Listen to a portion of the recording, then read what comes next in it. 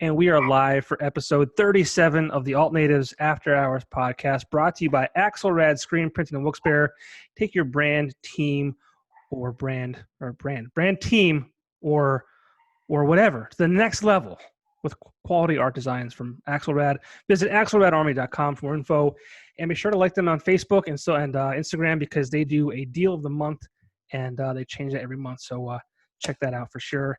This episode is also brought to you by Coors Light. And if you're asking yourself, John, is that a cool Coors Light shirt? Yes, it is. It is a Coors Light shirt. They are pictures of mountains. Mountain cold refreshment made to chill. And we're also going to be doing a Traeger grill giveaway with Coors Lights on Rock 107. A little cross promotion there. So if you want to win a Traeger grill, head over to rock107.com. But my name is Popko. I am the host of this podcast. I'm also the host of a show on Saturday nights called Alt Natives on Alt 921. And this is an extension of that, where I get to hang out with cool people in NEPA, whether they're business owners or bands or artists or whatever they might be. And tonight I'm joined by Josh Balz, who I think is all of those things. So Josh, welcome. I'm a psychopath, is what they say. You are. You're nuts. I don't know how and when you sleep.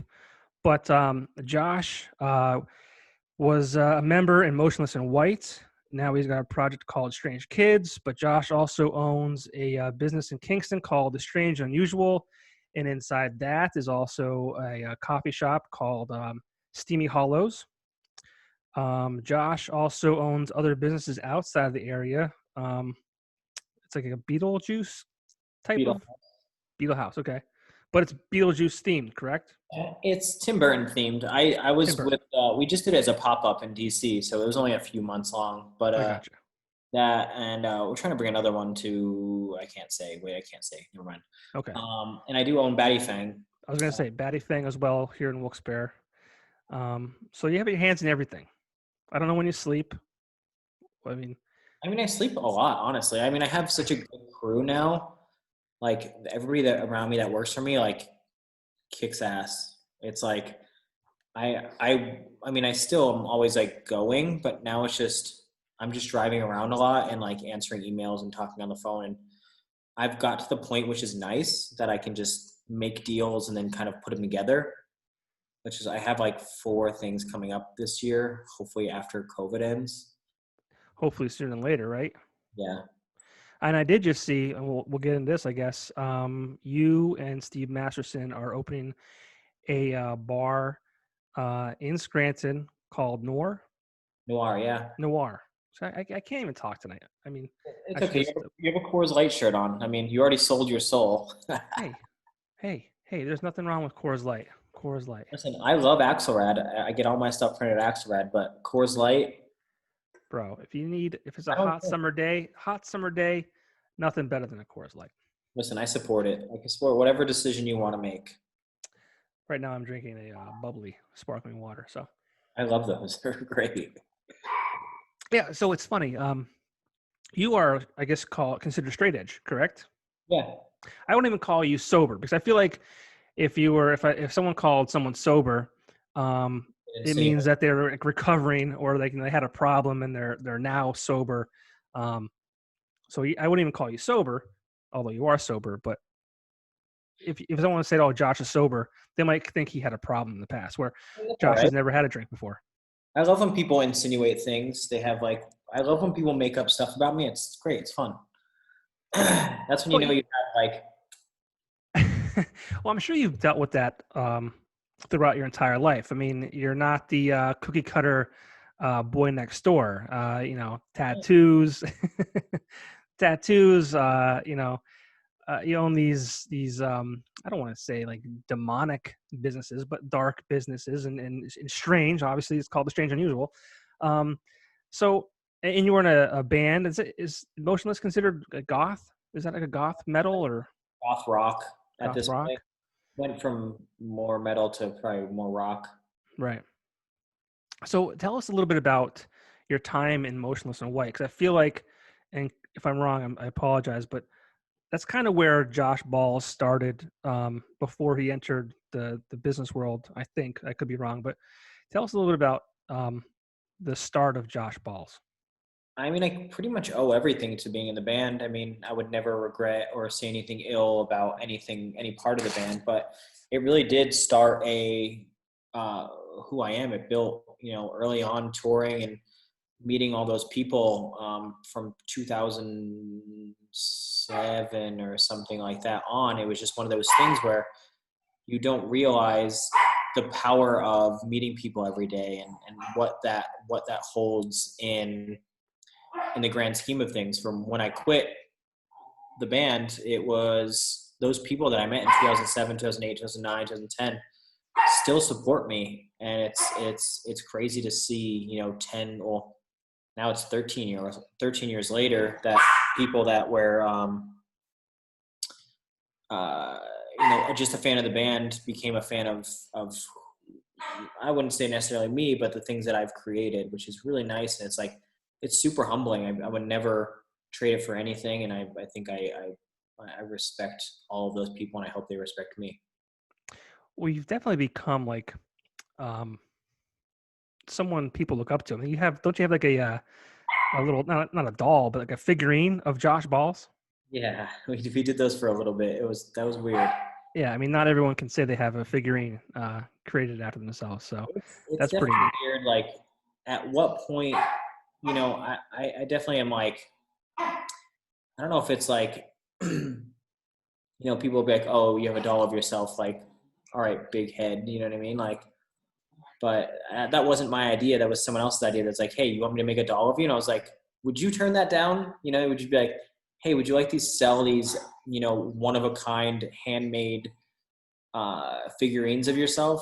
I was like, I don't think anybody's going to buy them, but if you want to make them, like, let's do it. And we sold all of them. So, I mean, Yeah. I mean, yeah, I think that's pretty awesome. I mean, I had to go and pay for a cardboard cutout of myself. So that's where I am in my life. where is that cardboard cutout at? It's currently in a spare bedroom, hidden right now. Yeah, but we just moved, so when we had the movers, it was a little bit awkward because I seemed like a complete asshole. But um, when we first moved in, I put it some places and it would scare people. But yeah, it's hidden in the spare bedroom. Put it in like your upstairs window looking out. I wanted to do that. I really did, but Amanda, my wife, was like, "Let's not creep out the neighbors just yet." That's fair. So My neighbors, I just moved in up into like a neighborhood, and I already I bought the house in March, April, May, June. So I started working on it, and then I started moving in and instantly started decorating for Halloween in like August. So they were really like questionable about me. of course, yeah.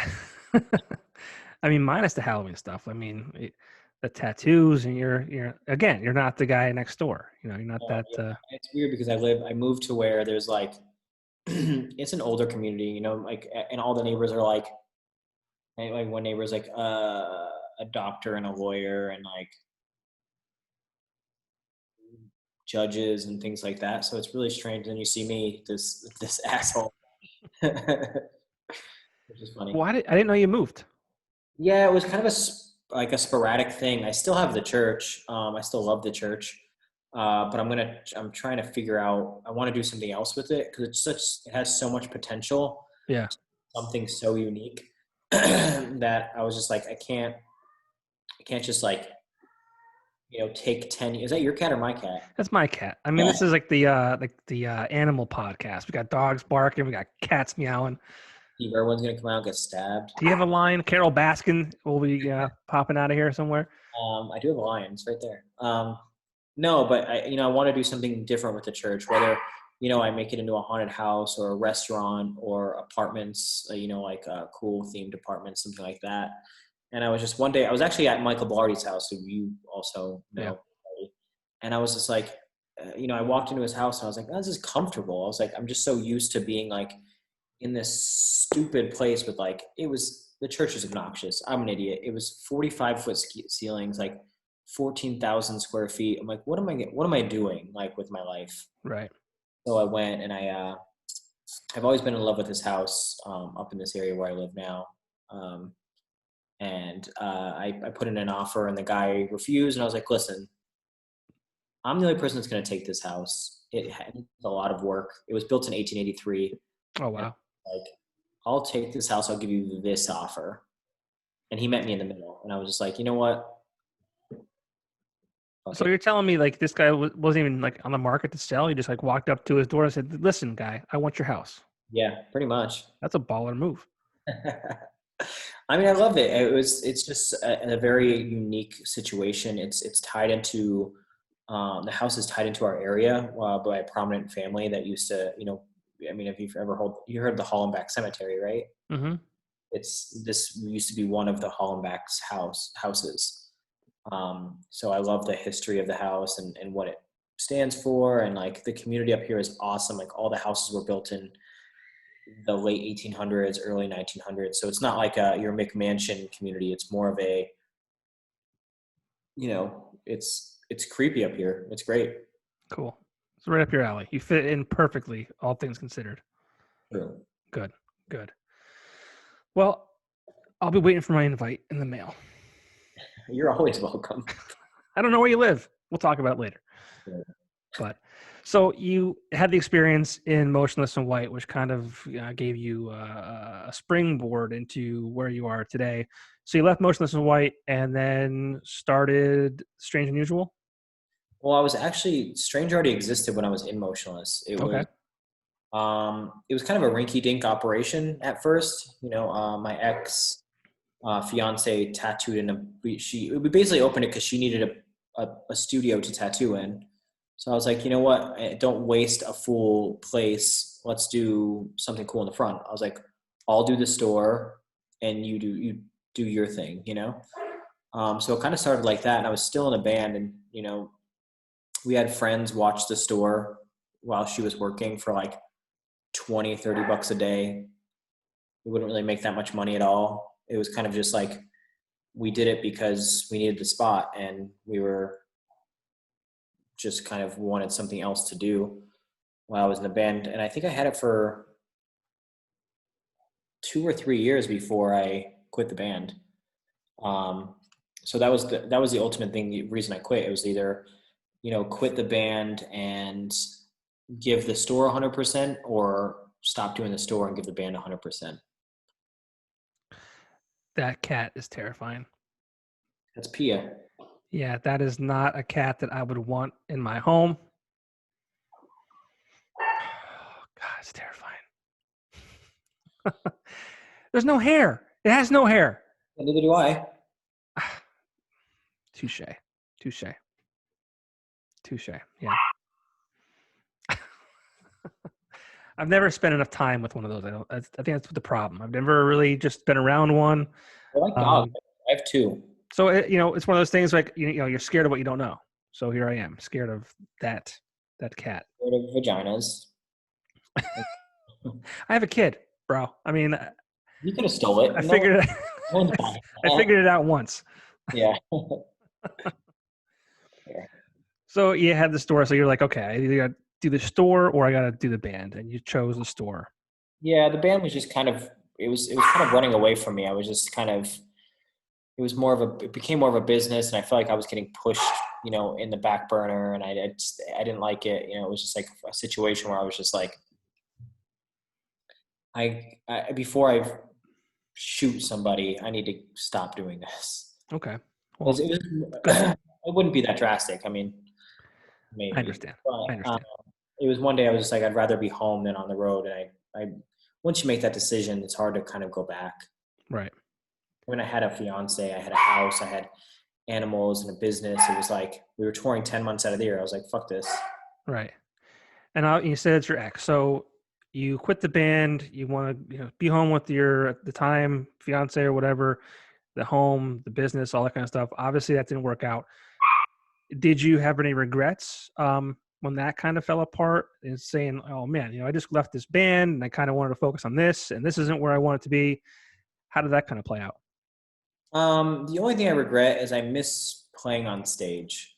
That's it. Okay. Like, I don't miss touring. I don't miss, like, if I was playing I miss playing it's there's something about playing in front of thousands of people, singing the songs that you contributed in. You know what I mean? Like Yeah. there's something, even to this day, people will still, I'll never be able to shake the Motionless thing. You know what I mean? It's not like it's never going to be not a part of me, which I don't hate. It definitely was a big chunk of my life, and I'm glad it doesn't piss me off. Right. It's really nice, but it's just one of those things where I forgot the question. Just you left the band to focus on home life, your fiance, and that obviously kind of fell apart. Did you have regrets after when that fell apart? Did you have regrets leaving the band? Yeah, for a minute I kind of lost. It wasn't even regrets leaving the band. I just felt like I had no identity for a while. I kind of got really disconnected from who I was and what I was doing. I was just like I said, you play in front of 10,000, 20,000, 30,000 people a day, then going to you're sitting in your store by yourself. You know what I mean? Like, Yeah. I broke I mean, up. I can't relate. I mean, I have like 5 people who watch this podcast and listen to it, so I don't know what it's like. Well, now there'll be 6. Yes, sweet, awesome. But But no, no, I could understand. I mean, I couldn't relate, but I could definitely see where you're coming from. and it was just like I was depressed for like 6 months. Yeah. It was shitty. I hated it. I was like, what am I doing? What am I offering myself and the people around me? Like, but in turn, I was creating great things, but it just like wasn't fulfilling at all. And I didn't know till this day. I mean, that's why I have my hands in so many things, because I'm like, what am I doing? What's my end goal? What am I? And I'm always trying to figure that out every day. And that's one thing I love this house about, is like, I get to come here and I sit on my lawnmower and mow the grass, and it's great. Yeah. Like, Well, good for you. I'm And 30, obviously you still have fans. I mean, you have a large following on social media, but even here in NEPA, with the things that you do, you've done the pop-up events at Stage West. You have Batty Fang, you have the Strange and Unusual, Steamy Hallows. People appreciate you for those things too. I mean, So I create them for them as well, right. So it's not. It might not be 10,000 people, but I mean those. However many hundreds there are, that's something that kind of takes solace in. It is weird. Like the other day, like last week or the week before, a group of kids drove like 16 hours to come to the store. And it's weird. It happens all the time. They drive like 9 hours, 16 hours, 4 hours, 5 hours just to see what I've created. And that blows my mind. It's like, what other person that, where do you find that? Where do you find that kind of that oil of that level of commitment and that level of loyalty that these kids just, I'm so grateful. And it's like unreal. Like I just announced the bar, Noir, I think Saturday, I think. Yeah, Friday or Saturday. Yeah. And it's gotten so much positive feedback and so many shares immediately. Like I got called by like 3 different networks to do. I think I was on WBRE today.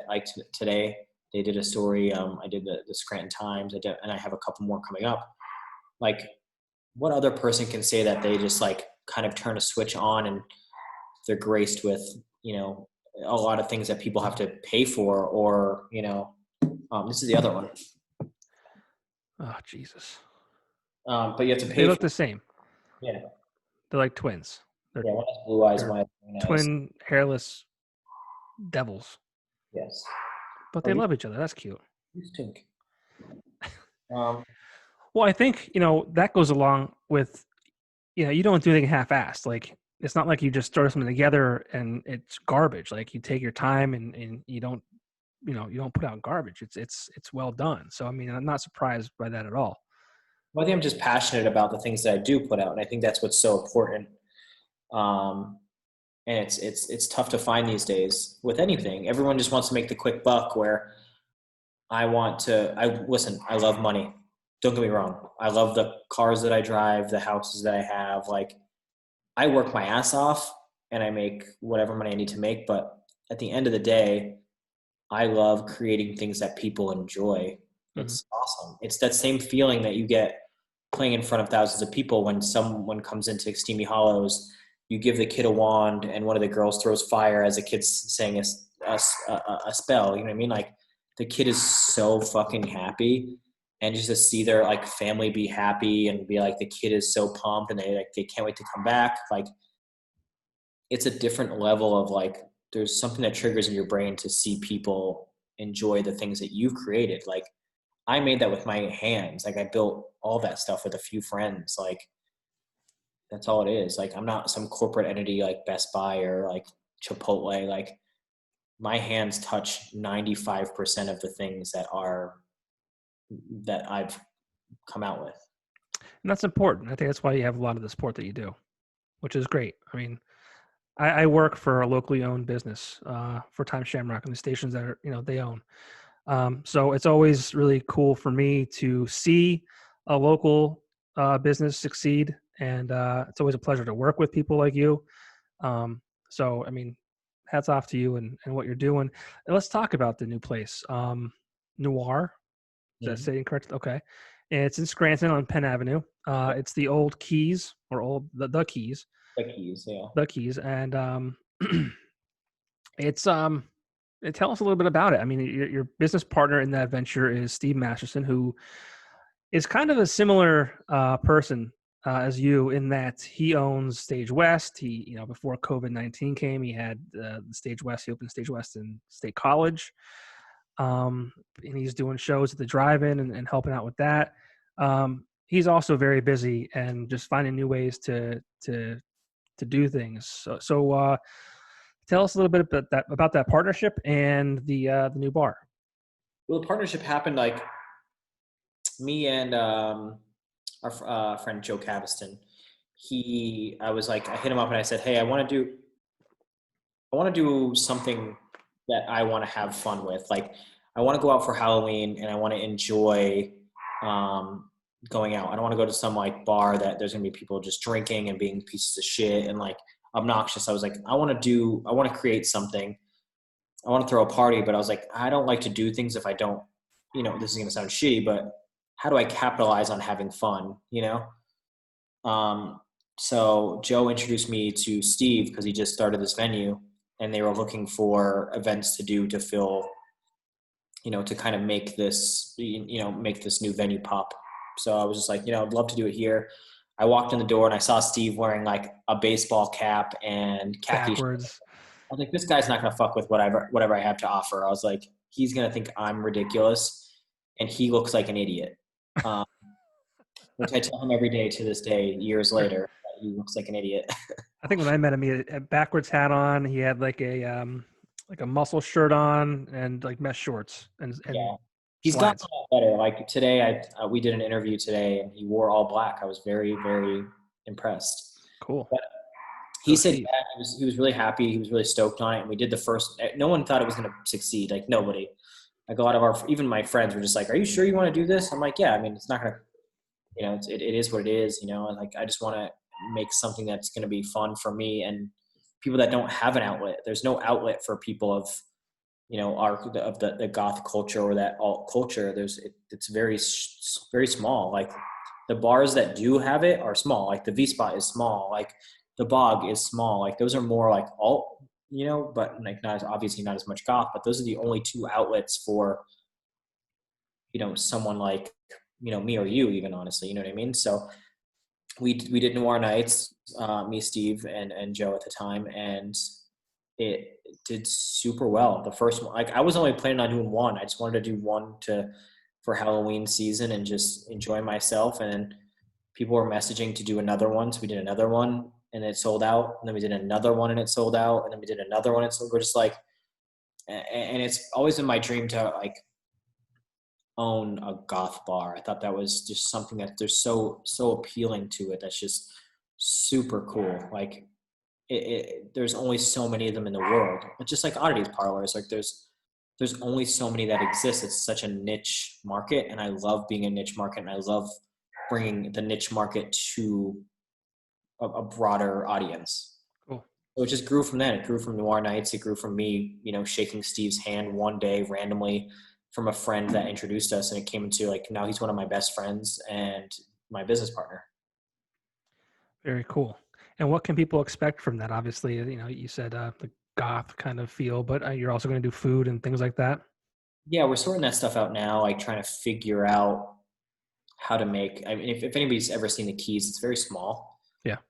So trying to fit the atmosphere of Noir into a small place is going to be really challenging to give everywhere you look to have an experience or to have a picture worthy moment.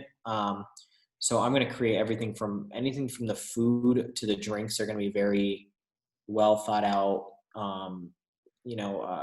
themed. Like, I don't want to just put a plate in front of somebody and just be like, here's your chicken tenders, like, fuck off.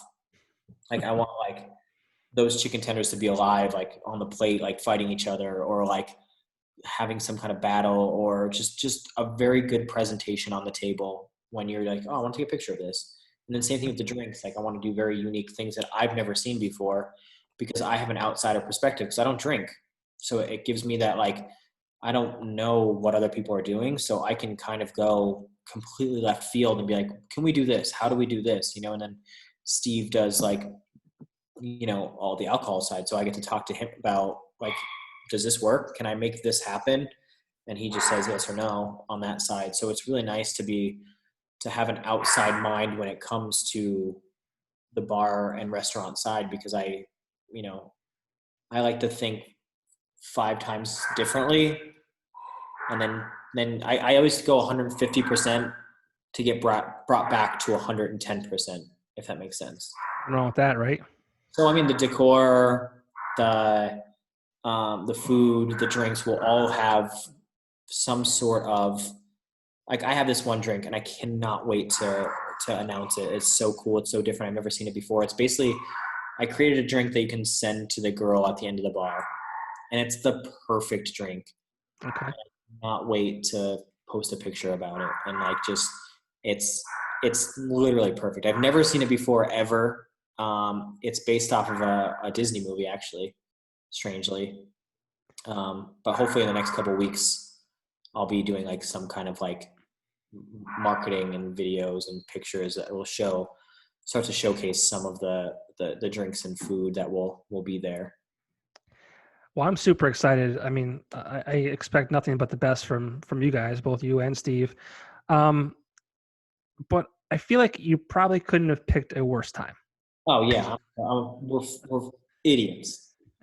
So when did this all? Because I think I feel like I was talking to you like early this year, and it was kind of like talks about it. We signed the lease before COVID. Oh, okay. So I mean, you guys were stuck. Okay. Yeah, we fucked ourselves like really good. All right. Yeah, I thought it was before that, but I couldn't remember because I mean, time does not exist in 2020. I feel like at this point. But since we're talking about that, let's kind of dig into that, because as a business owner and someone who's trying to launch a business, this time has really had a big impact on your business. And I think, if I remember correctly, you even had to close the location of the Strange and Unusual in Philadelphia. Yeah, it was kind of really tough. I had a fucking terrible 6 months, like the worst 6 months ever. Like, it was, my father passed away. I had to close a business. I wasn't sure what was ahead with, are we going to be able to open again? Am I going to be able to open Strange Kingston, Steamy Hallows, Batty Fang? We weren't able to open Batty Fang until like, a month ago or something like that, or a month, Yeah. We weren't really sure what was going to happen at all. And then I wasn't sure what was going to happen. Like, was I going to have to go get a job at somewhere that is essential, like a warehouse, like Amazon or like Walmart or something like that? Like, I was terrified. And the government doesn't help people like me, you know what I mean? Like, it was just one of those things. Like, I had to close Philly because we would have been 3 months, 4 months of rent, 5 months of rent. Plus, when they did open up, it was like, you can only let 3 people out in your building at a time. And like, people that go in the Strange are like in there for an hour, like, and sometimes they don't buy anything. I would have had to spend, I would have been $50,000 in back rent before I could even, right. because that's another thing. They wouldn't let me. I was like, listen, let me know what your mortgage is and I'll pay your mortgage. Don't charge me full rent. And they're like, well, we can't do that, but we'll tack it on the end of your year. And I was like, that doesn't help me. I still have to pay it. I was like, Right. I was like, you can lose me right now or try to find someone to fill that spot for the next year, probably. So they were just like, okay, like we can't do anything to help you. And I was like, all right, well, See ya. see you later. So Yeah. before it got too deep, I just had to, just couldn't be, there was no, get out of here. There was no like pride even existent. I was just like, all right, close. I don't even care. Like, Yeah. I was already fucking pissed off anyway. So Yeah. I mean, I was thinking about you before we jumped on this tonight, and just like, the year that you've been having has been absolute dog shit. I mean, for everybody, it's been crappy, but for you in particular, losing your father, and I'm sorry to hear about that. We talked about that before, but I am sorry for that. Um, losing a business and trying to figure out, how you're going to get what you have to continue. And I feel like all of your businesses that you had were all non-essential or considered non-essential. I mean, to the government. yeah, Obviously, that's not the case because Batty Fang and people wanting to get their hair done and all that kind of stuff, that's important to them. So yeah, I mean, you're able to make it through with those, Strange and Batty Fang, and now you're trying to open this up. How do you feel? I feel good. I mean, it's definitely like an up and up, and like I'm I'm trying to learn how to be proud of myself, if that makes sense. Like that's my big to take out of 2020 is how do I make myself proud? Because that was a big thing for me was like, who am I trying to make? Like, what am I doing this for? Who am I doing this for? And when I lost my father, I realized that I was doing this for him. I was like letting him live his life vicariously through me because he was very proud of me. And it was just one of those situations where I was just like, I have to do this for me. And if I have to make myself happy first before I can make anybody else happy.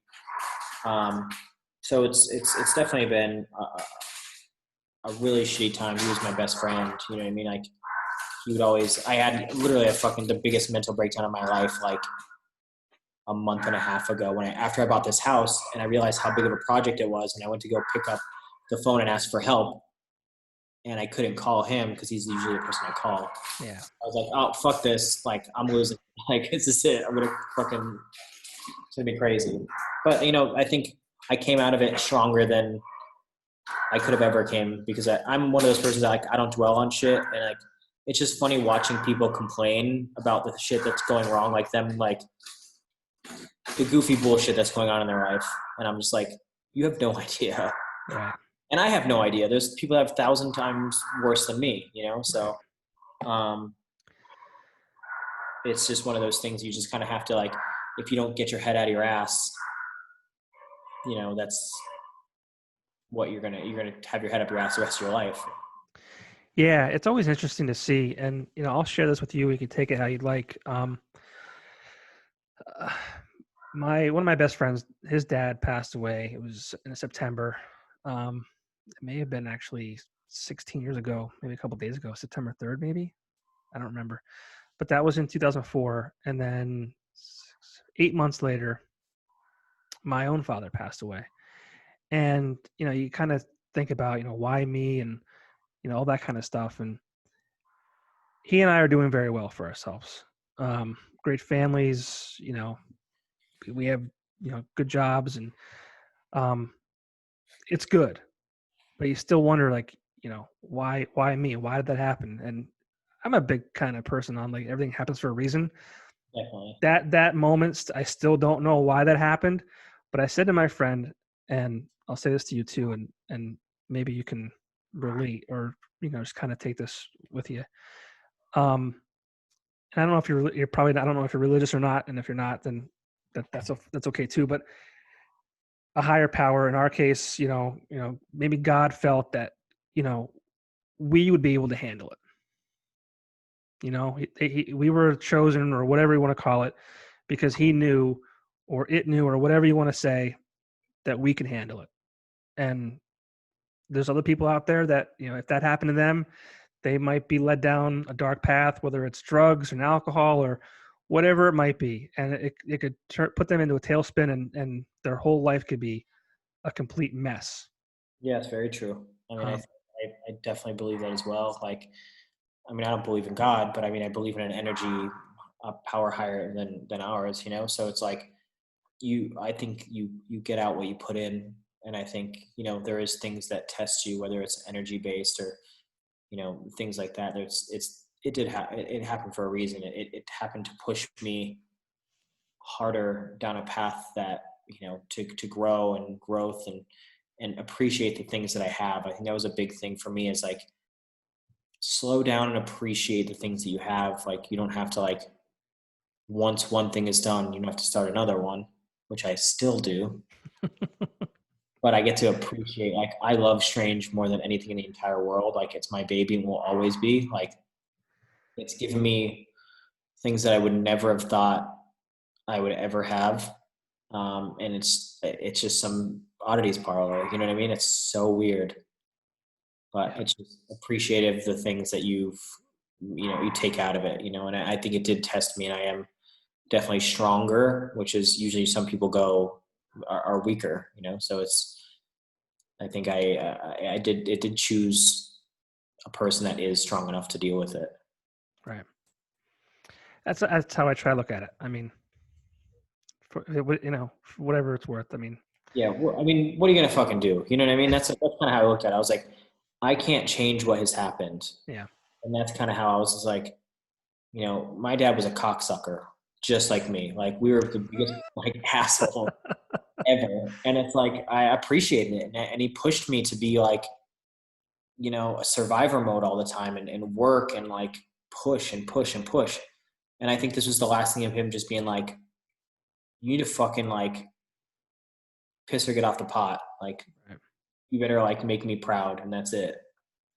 Well, I'm 100% sure he's proud of you. And you said before that you knew he was proud of you. And you're a young man too. You've got a lot of time ahead of you to do, bigger and better things than you've already been doing. So I appreciate kind of being along for the ride as a friend of yours, if you consider me that. But it's cool to see you do what you're doing. And just, what's that? Only when you don't have that shirt on. Come on, Josh. I'm going to get a matching shirt. Can Coors make me one that's black? If you start being nicer. Well, maybe I'm going to start drinking.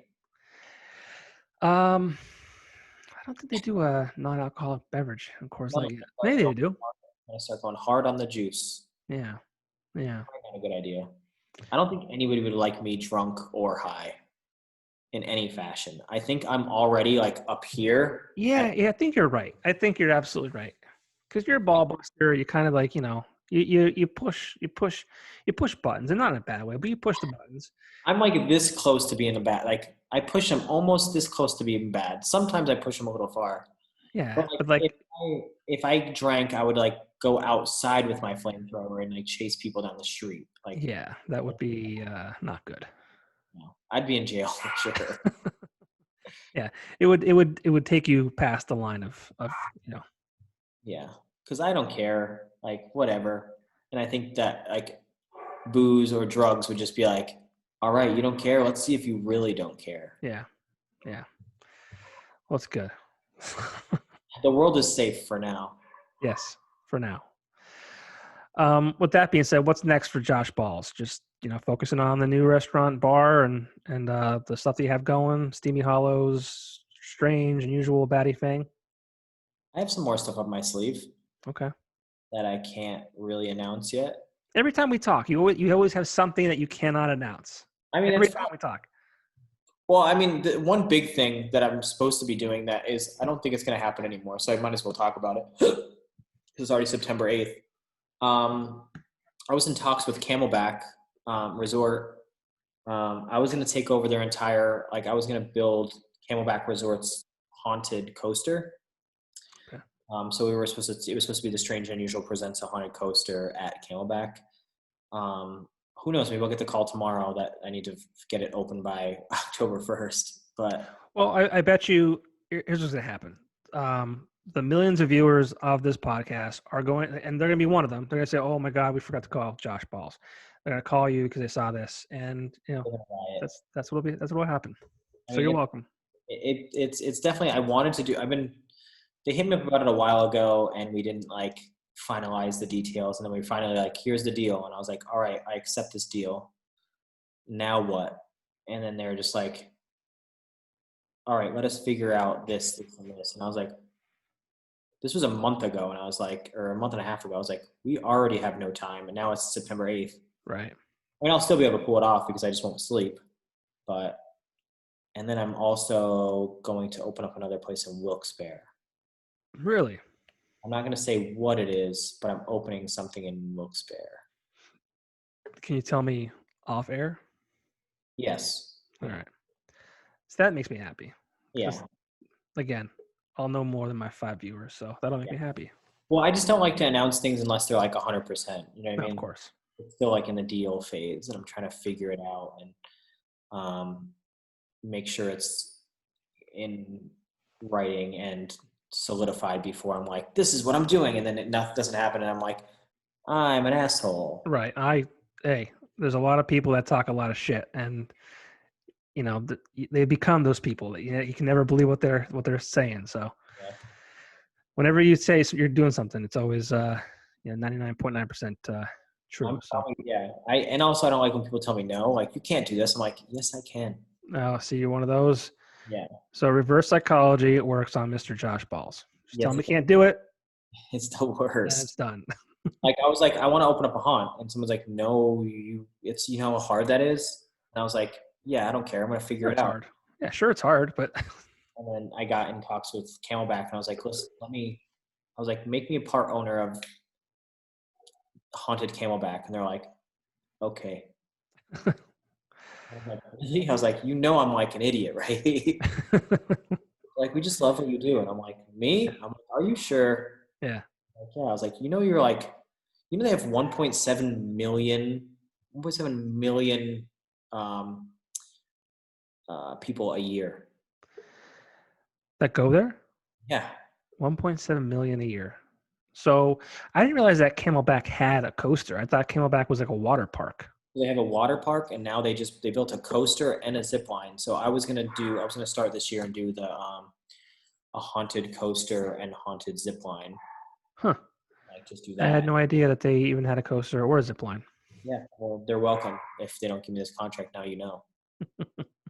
So I want to make a haunted. I want to make Camelback basically Halloween Horror Nights. Okay. So that's like hopefully gonna happen. Like I said, maybe me putting it out there is going to make it happen. I shouldn't be talking about it, but I don't care anymore. Well, we'll see what happens. They'll hopefully one of them will listen to this and be like, "This is a good decision. I will destroy it." Maybe they just forgot. They forgot because they've been busy battling COVID, and like I said, they're going to see this. They're going to say, "Oh shit, call Josh." Yeah, done deal. Listen, his name is AJ. If you see this, figure it out. Yes. So. No, I have that and a few other things that I'm working on. I'm trying to set myself up to be done by 40. I think you're well on your way. I would like to just be not like done, but like take your foot off the gas a little bit. Maybe like 1 or 2 phone calls a week, Okay. And enjoy my dogs and my cats and my house and just relax with the people in my life. And that's it. Well, you have plenty of time. Like I said, you're a young man. 30 years old. Crazy.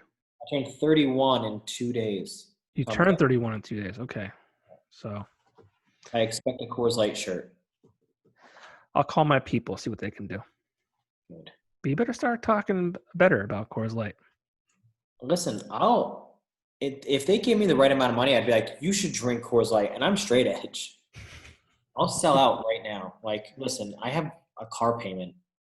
Yo, let's get it done. Let's take Coors Light to the next level. Yeah. They'd be like, fuck you, you're an idiot. If they let me design a can, I'll do Coors Light, like with the Strange and Unusual. I'll support Coors Light. Is Coors Light good? Like I said, I like it. It's for it's a light beer. It's a hot summer day. It's very refreshing. My dad was a Miller Lite kind of guy. Yeah. And Coors Banquet, fantastic beer. Yeah, but are they the champagne of beers? Doesn't matter. Coors Banquet. I love how you're like Coors. Listen, I support it. I think Coors Banquet sounds great. If they want me to design a strange and unusual Coors can, they can call me. And I'll support the hell out of it. And I'll be passionate about it because if they're nice to me, I'll be nice to them. Like I said, I'll call my people and have them call your people. I'm sure you're like the CFO, the CEO or CFO of Coors by now. I wish. All those advertisements. Wish. I wish I had their advertising budget. Yeah, it doesn't suck. Yeah, I'm like, fuck, I hear this thing every day. Actually, I think I owe you $107. You do. And I owe you a poster, so I'll get that to you. It was funny. I was driving down the Ave and I was starving. I drove past your place. I'm like, I should really go in there and see if Josh is there. I'll do it after I eat. I went to eat and then I forgot to stop by. So Nothing is more important than food. I'll tell you that. I was starving. Like I was like almost passing out, hungry. That level. So I apologize for not. We'll stop down this week if you're around. I'll be around. I mean, I'll be at the bar a bunch, but. Well, if you're down there, let me know because I'm like right down the street. Oh yeah, I see your building. Yeah, you could see the building from where you are. So call me up or shoot me a text, and I'll just walk down and we'll hang. You can show me what's going to be what. Yeah, I will. I'm into that. Cool. Well, I won't keep you too long. I know I've taken up a little bit more of your time than you'd like. I have no life. I do appreciate you hanging out with me tonight and talking about what's going on and talking about the struggles you've been through, but obviously you're going to come out on top. And again, like I said before, I appreciate being able to be along for the ride as a friend. If you consider me one, I didn't hear your answer before, so I would say yeah. I think we passed the friendship. I think we're, like I said, I don't talk to many people. I think you're one of them. All right, cool. I value your friendship. Well, I value yours as well. And I wish you nothing but the best. And I can't wait to see what you do next. I appreciate that. And I can't wait for Coors Light Banquet. Or Coors Light. Wait, both are. I was going to try to end it with a slogan, but I don't know what it is. It's a mountain cold refreshment made to chill. I got nothing. Mountain Coors Light, mountain cold refreshment made to chill. Mountain cold refreshment made to chill. All right, man. Well, I will. I'll be down. I'll be down at the bar in a few days. I'm gonna text you in like the next couple of days. Yeah, I'll be there. All right, I'll talk to you soon. But thank you again. Thank you to sponsors Axelrad and Coors Light and Josh. Thank you. I'm gonna keep cutting you off. That's great. I don't care. People want to hear you talk, not me. So that's fine. All right, brother. We'll see you. Bye.